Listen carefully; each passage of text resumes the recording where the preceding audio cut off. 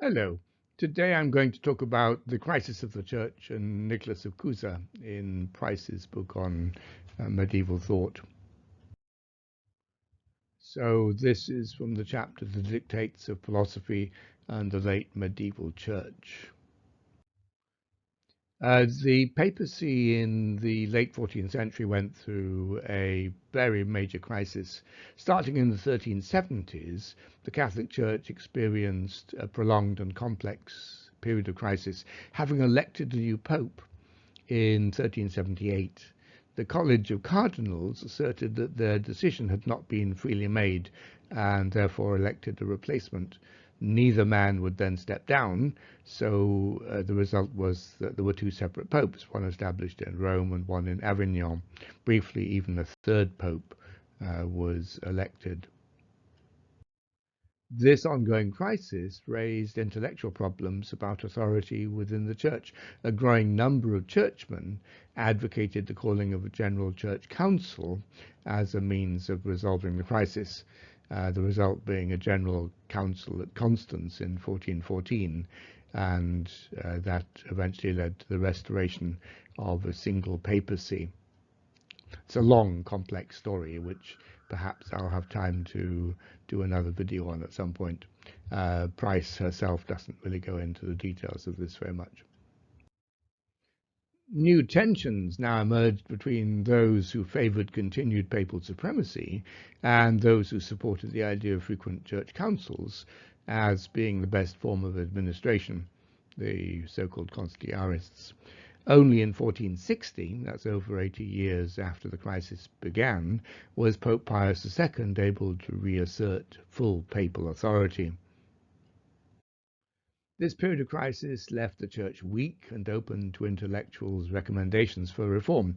Intellectual critique was inspired by philosophy and a continuing confidence in the role of reason in assessing human activities and institutions. But proponents of reform, including the conciliarists, didn't agree on what needed to be done. Basically, there were three major views. A traditionalist papal view, by which the Pope was deemed superior to all other claimants, secular or ecclesiastical. The views of William of Ockham and Marsilius of Padua, both of whom now long dead, who saw the church councils as more powerful even than the papacy, and the views of Nicholas of Cusa, which we'll come on to in a moment. So Nicholas of Cusa is again another major intellectual figure of this period from the early 15th century up to the 1460s. His views were particularly influential at this time because he both supported the papacy and at the same time advocated reform, and he himself was a leading churchman.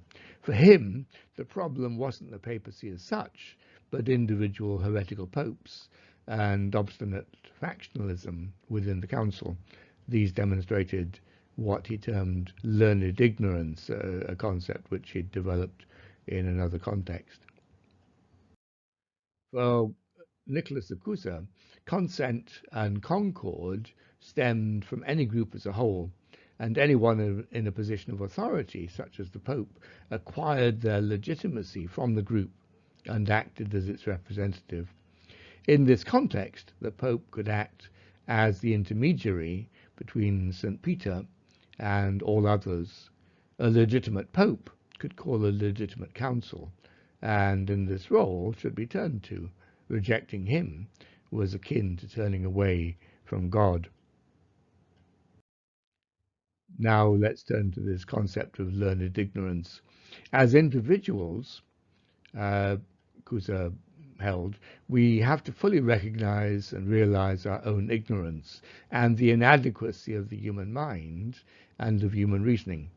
This applies beyond the individual to the Christian community as a whole. Therefore, by accepting our ignorance, it becomes possible to seek to reconcile all apparent opposites and contradictions. This was to be achieved through consent and concord, which stemmed from the group as a whole. It was an affirmation of unity amid diversity.